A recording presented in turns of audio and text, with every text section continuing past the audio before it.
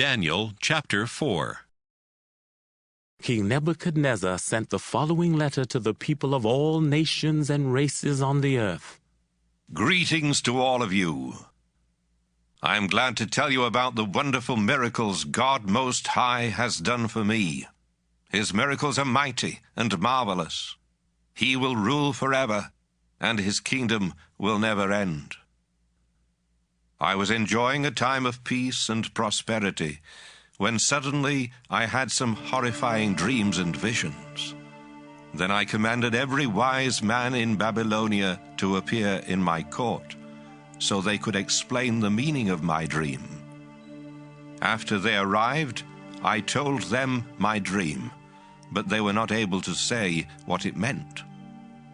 Finally, a young man named Daniel came in, and I told him the dream. The holy gods had given him special powers, and I had renamed him Belteshazzar, after my own god.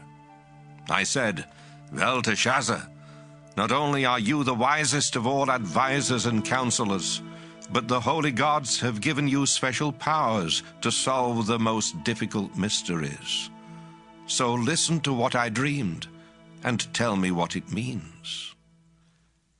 In my sleep, I saw a very tall tree in the center of the world. It grew stronger and higher until it reached to heaven and could be seen from anywhere on earth. It was covered with leaves and heavy with fruit, enough for all nations. Wild animals enjoyed its shade, birds nested in its branches, and all creatures on earth lived on its fruit.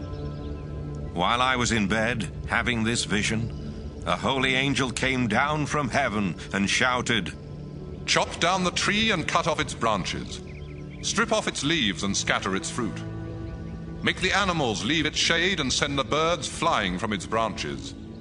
But leave its stump and roots in the ground, surrounded by grass and held by chains of iron and bronze. Make sure that this ruler lives like the animals out in the open fields, unprotected from the dew. Give him the mind of a wild animal for 7 long years. This punishment is given at the command of the holy angels. It will show to all who live that God Most High controls all kingdoms and chooses for their rulers persons of humble birth."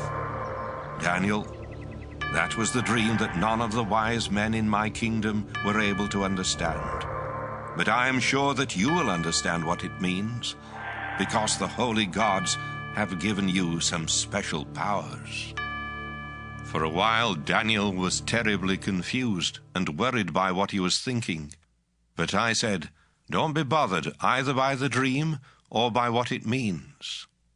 Daniel replied, "Your Majesty, I wish the dream had been against your enemies. You saw a tree that grew so big and strong that it reached up to heaven and could be seen from anywhere on earth. Its leaves were beautiful, and it produced enough fruit for all living creatures. Animals lived in its shade, and birds nested in its branches. Your Majesty, that tree is you.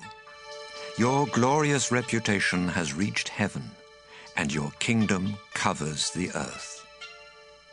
Then you saw a holy angel come down from heaven and say, "Chop down the tree and destroy it, but leave its stump and roots in the ground, fastened there by a chain of iron and bronze.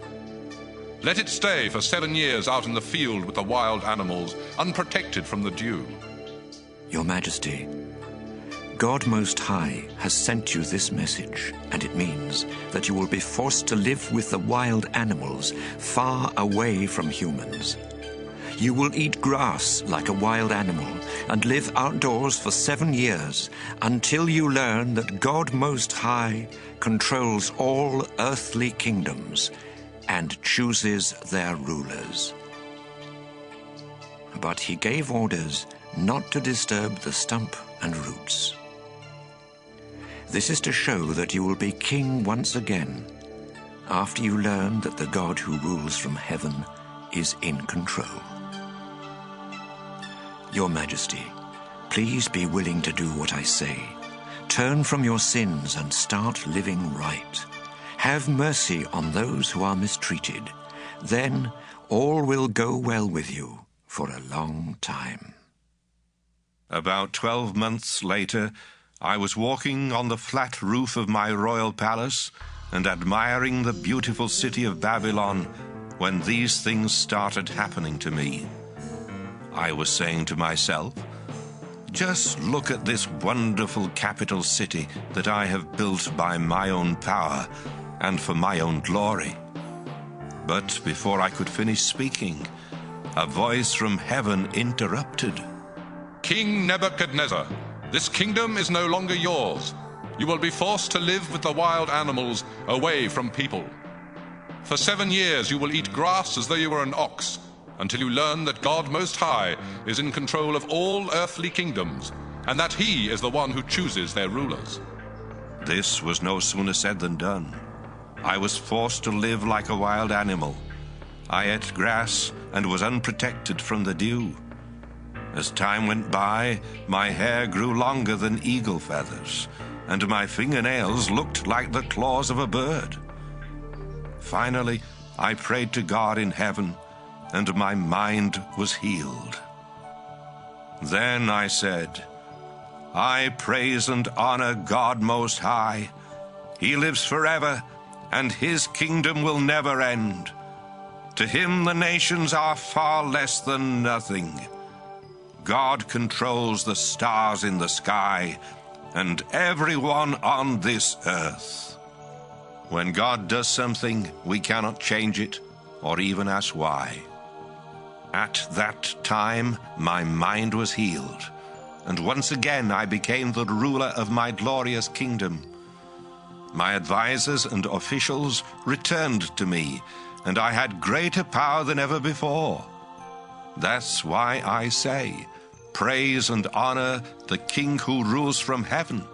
Everything He does is honest and fair, and He can shatter the power of those who are proud.